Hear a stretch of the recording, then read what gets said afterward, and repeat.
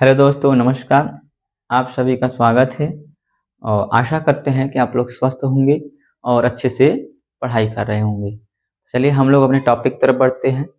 हम लोग वन एवं वन्य जीव संसाधन पढ़ रहे थे। हम लोग वन एवं वन्य जीव संसाधन पढ़ रहे थे। उसमें हम लोगों ने देखा कि जैव विविधता क्या होती है, पारिस्थितिकी तंत्र क्या होती है और जातियों की वर्गीकरण के विषय में हम लोगों ने अध्ययन किया था। तो आज हम लोग देखेंगे कि भारत में वन एवं वन्य जीवन का संरक्षण, इनके विषय में हम लोगों ने अध्ययन करेंगे। देखिए, ये बहुत ही महत्वपूर्ण है, ये एग्जाम में पूछा जाता है, तो आप लोग इनको बहुत अच्छे से समझिए और नोट करते हुए चलिए। जब भी पढ़िए कापी पेन के साथ पढ़िए, नोट करते हुए चलिए। चलिए देखिए क्या होता है। वनों की संरक्षण से पारिस्थितिकीय विविधता बनी रहती है और हमारे जो जीवन साध्य संसाधन है वो भी बने होते हैं, जैसे मृदा हो गए, जल हो गए, वायु हो गए, ये सब भी बने रहते हैं। तो वनों के संरक्षण से पारिस्थितिकीय विविधता भी बनी रहती है और हमारे जीवन साध्य संसाधन भी बने रहते हैं।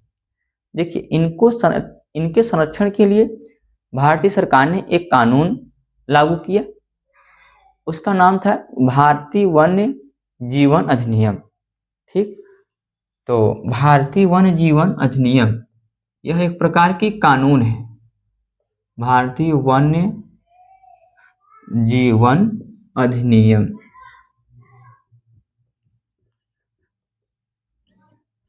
इसे 1972 ईस्वी में लागू किया गया था। ठीक, यह एक प्रकार के क्या है, कानून है। इस कानून के तहत वनों की संरक्षण करना और वनों में रहने वाले जो जानवर हैं उनका भी संरक्षण करना होता है। ठीक, तो चलिए हम लोग इनको लिखते हुए आगे बढ़ते हैं। आप लोग भी नोट करते हुए चलिए हमारे साथ।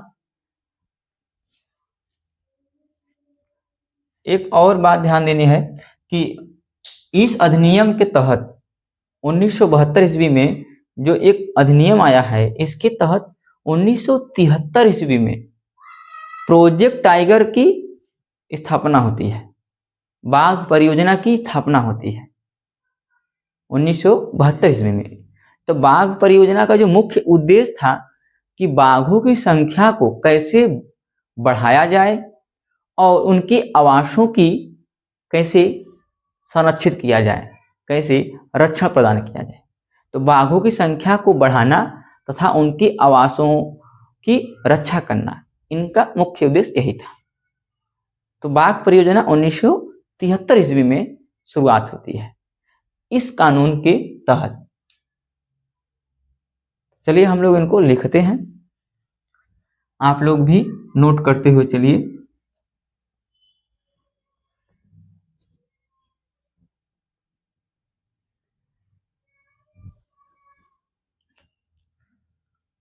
आप लोग इसे नोट कर लीजिए। तो देखिए, पहला पॉइंट दोबारा रिवीजन करवा दे रहे हैं कि वनों की संरक्षण से पारिस्थितिकीय विविधता बनी रहती है तथा हमारे जीवन साध्य संसाधन जैसे जलवायु मृदा भी बने रहते हैं। दूसरा है कि भारतीय सरकार ने राष्ट्रीय वन्य जीवन सुरक्षा के लिए 1972 ईस्वी में एक कानून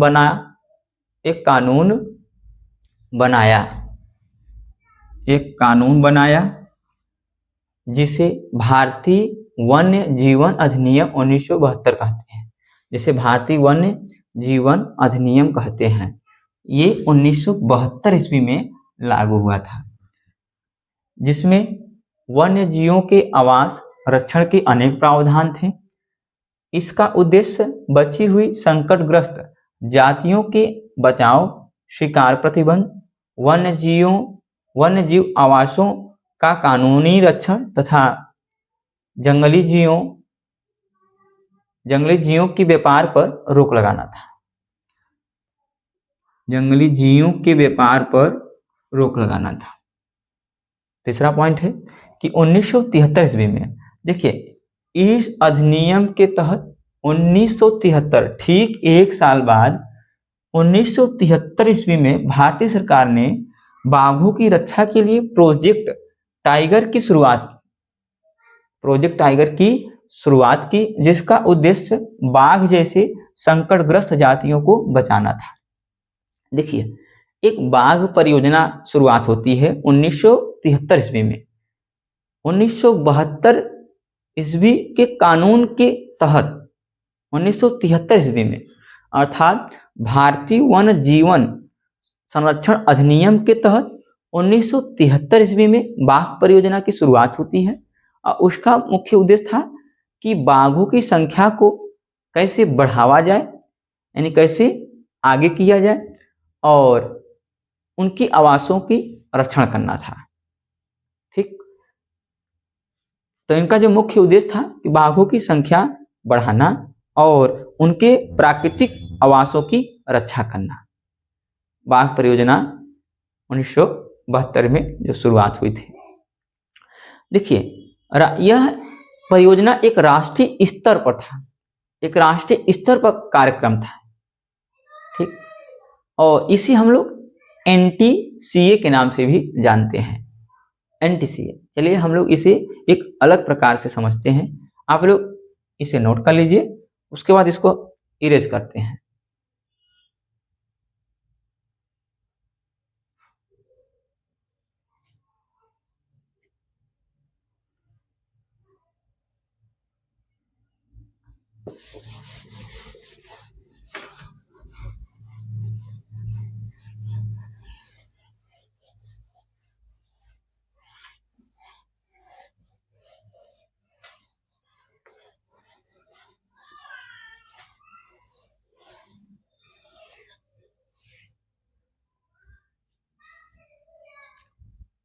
देखिए, हम लोग बाघ परियोजना के विषय में समझेंगे।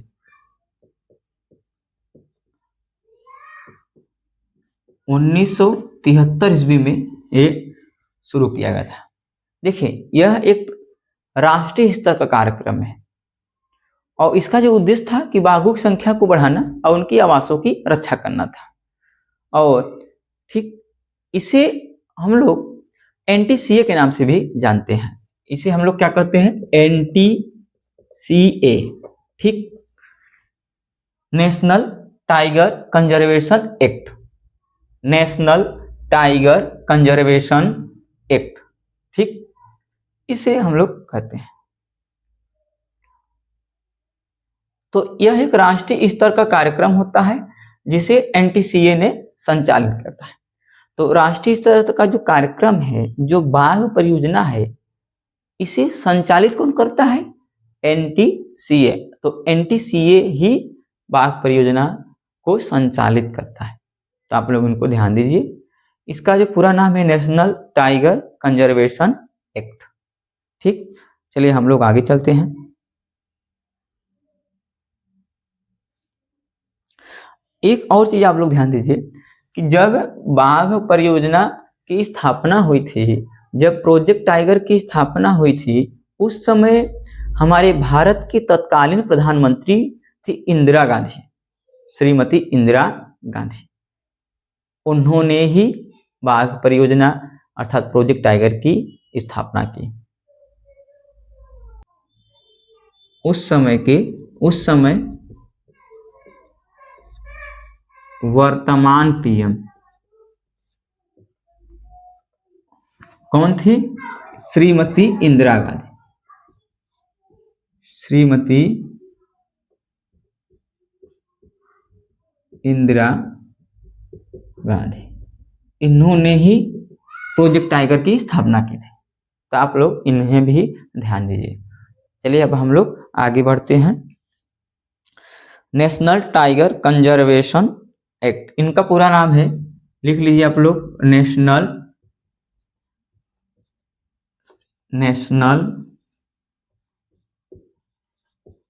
टाइगर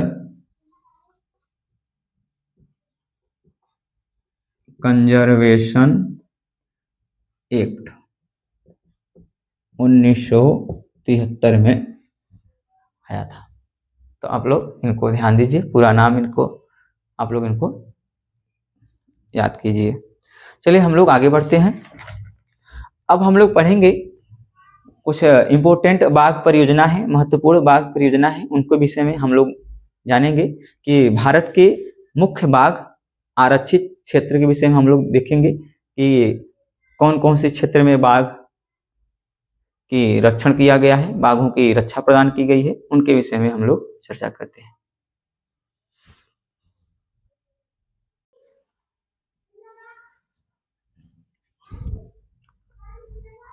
चलिए आप लोग इन्हें नोट कर लीजिए। भारत के मुख्य बाघ आरक्षित क्षेत्र, भारत के मुख्य बाघ आरक्षित क्षेत्र, ये बहुत ही महत्वपूर्ण टॉपिक है, ऑब्जेक्टिव की दृष्टि से बहुत ही महत्वपूर्ण है, तो आप लोग इनको अच्छे से समझिए। देखिए पहला है उत्तराखंड। उत्तराखंड में जिम कॉर्बेट राष्ट्रीय उद्यान है, उनका एक नया नाम भी पड़ा है, रामगंगा राष्ट्रीय उद्यान। ठीक, तो जिम कॉर्बेट राष्ट्रीय उद्यान का नया नाम रामगंगा राष्ट्रीय उद्यान है। तो ये सब क्या है, बाघ आरक्षित क्षेत्र है। बाघों की संख्या बढ़ाने के लिए और उनकी आवासों की रक्षा के लिए, उनके आवासों को बचाने के लिए ये आरक्षित क्षेत्र चुना गया है। ठीक है, तो पश्चिम बंगाल में सुंदरवन राष्ट्रीय उद्यान, मध्य प्रदेश में कांधा तथा बांधवगढ़ राष्ट्रीय उद्यान, राजस्थान में सरिस्का राष्ट्रीय उद्यान, असम में मानस बाघ रिजर्व तथा काजीरंगा राष्ट्रीय उद्यान, केरल में पेरियार बाघ रिजर्व क्षेत्र। ये सब 6 पॉइंट हैं, तो आप लोग इनको नोट कर लीजिए और इनको ध्यान दीजिए।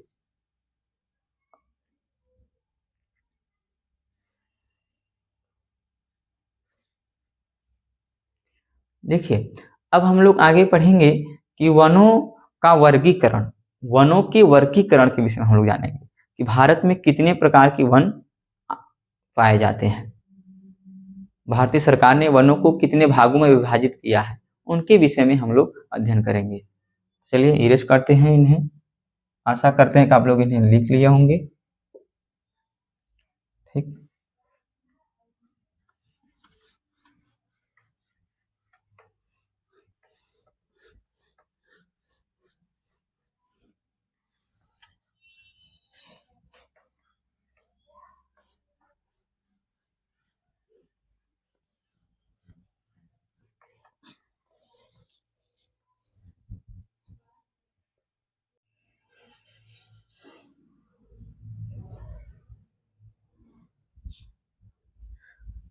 चलिए हम लोग प्रश्न के रूप में इन्हें समझते हैं।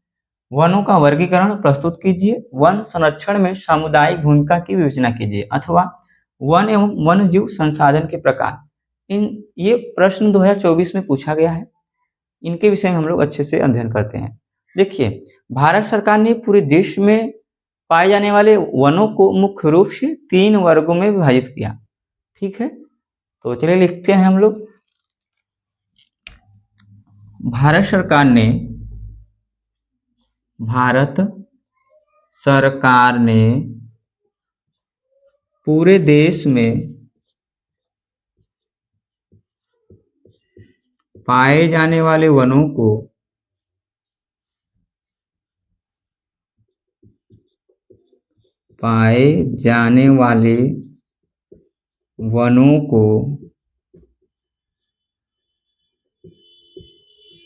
मुख्य रूप से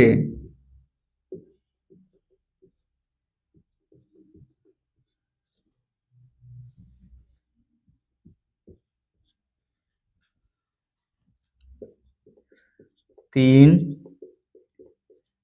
वर्गों में विभाजित किया।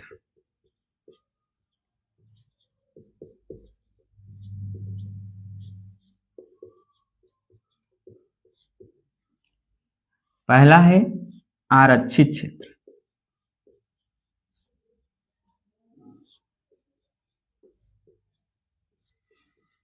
देखिए पूरे वन का आधे से ज्यादा भाग आरक्षित क्षेत्र के अंतर्गत स्थापित किया रखा गया है, यानी पूरे वन का आधे से ज्यादा भाग आरक्षित क्षेत्र में रख दिया गया है। और आरक्षित क्षेत्र के जो वन होते हैं वो अत्यधिक मूल्यवान होते हैं, आरक्षित क्षेत्र के वन अत्यधिक मूल्यवान होते हैं, और इन वनों की लकड़ियों की कटाई पर रोक लगा दिया गया है।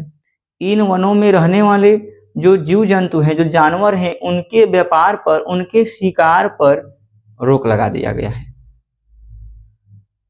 अगर कोई चोरी से वनों की कटाई करता है या जानवरों को शिकार करता है तो वो कानूनी रूप से अपराधित हो जाता है और उसे कानूनी रूप से सजा दिया जाता है। तो इन वनों की कटाई पर, वन में रहने वाले जीव जंतु जानवरों के शिकार पर रोक लगा दिया गया है भारत सरकार द्वारा। और दूसरा हमारा होता है रक्षित क्षेत्र या संरक्षित क्षेत्र। तो चलिए हम लोग पहले आरक्षित क्षेत्र लिख लेते हैं। ठीक, तो लिखिए भारत में आधे से अधिक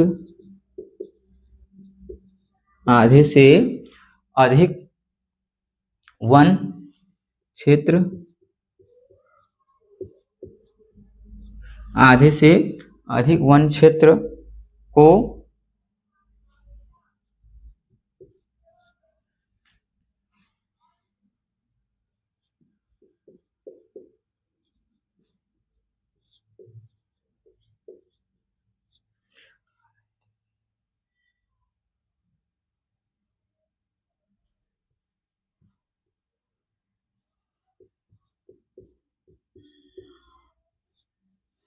आरक्षित वन,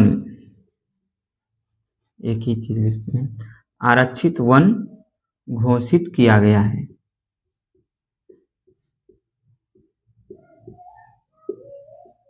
ये वन अत्यधिक मूल्यवान होते हैं।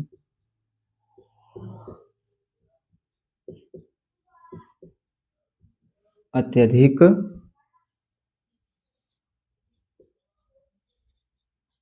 मूल्यवान होते हैं।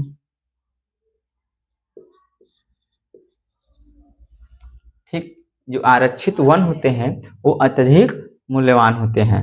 इन वनों को लोगों द्वारा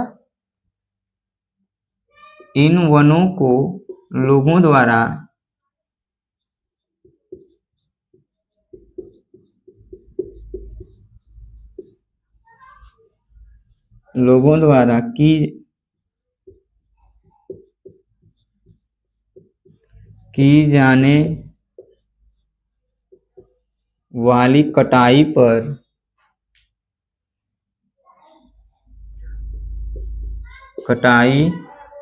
तथा शिकार पर रोक लगा दिया गया है। रोक लगा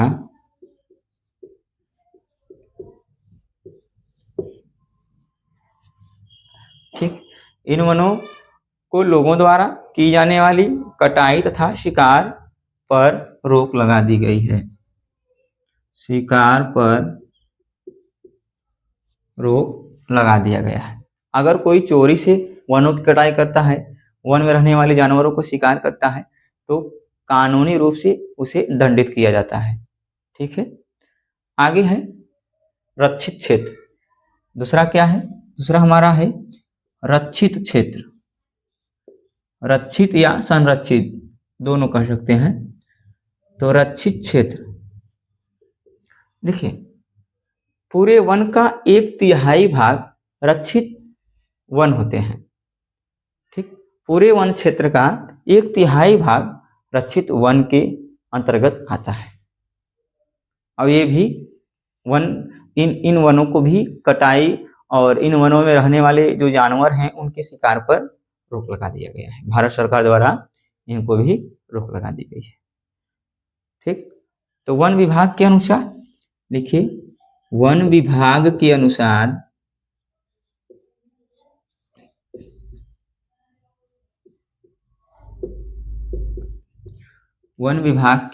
अनुसार कुल वन क्षेत्र का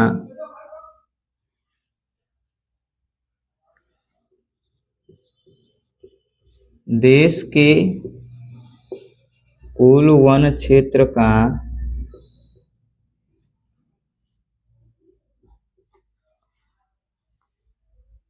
आप लोग भी लिखते रहिए, जब भी पढ़िए कॉपी पेन के साथ पढ़िए। 1/3 भाग बोलिए या 1/3 भाग बोलिए। ठीक, 1/3 भाग रक्षित वन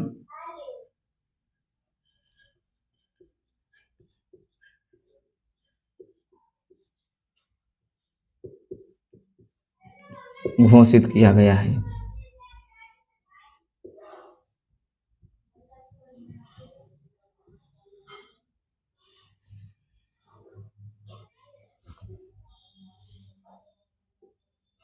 ठीक, तो आधे से ज्यादा भाग आरक्षित वन और 1/3 भाग रक्षित वन घोषित किया गया है।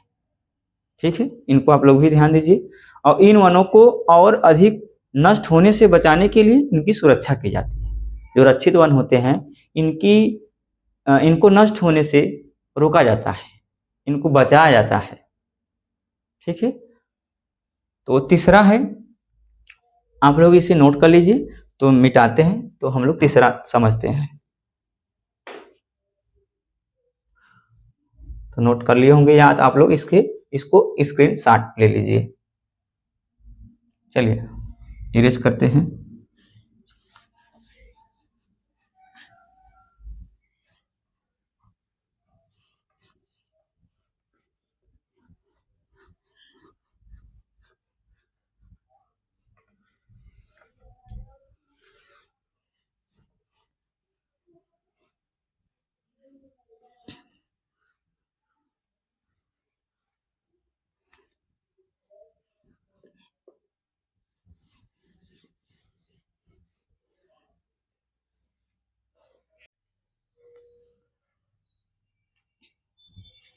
चलिए तीसरा हम लोग देखेंगे।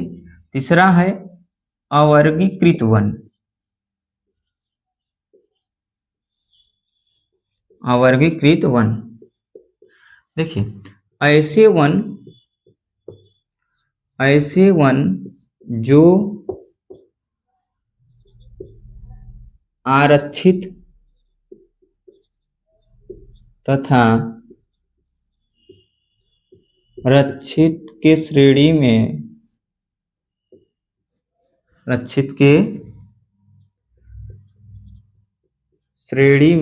नहीं आते हैं।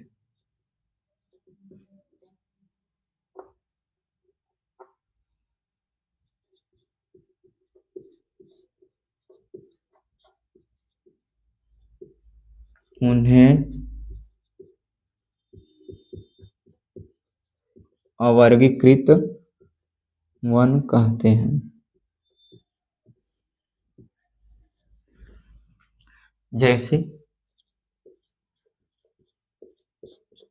देखिए ऐसे वन जो आरक्षित और रक्षित के श्रेणी में नहीं आते हैं, यानी न आरक्षित हो और न ही रक्षित हो, उन्हें हम लोग अवर्गीकृत वन कहेंगे।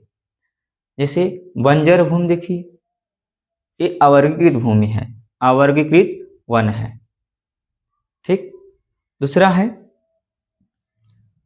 निजी व्यक्तियों के स्वामित्व में हो। ऐसे वन जो निजी व्यक्तियों के स्वामित्व में हो, वो भी अवर्गीकृत वन के अंतर्गत आता है। दूसरा सामुदायिक भूमि अवर्गीकृत वन के अंतर्गत आता है। ठीक, तो ऐसे लिख सकते हैं बंजर भूमि, सामुदायिक भूमि,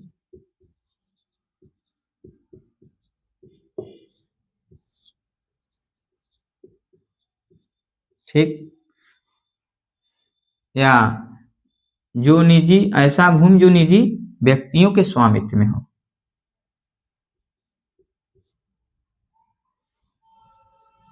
तथा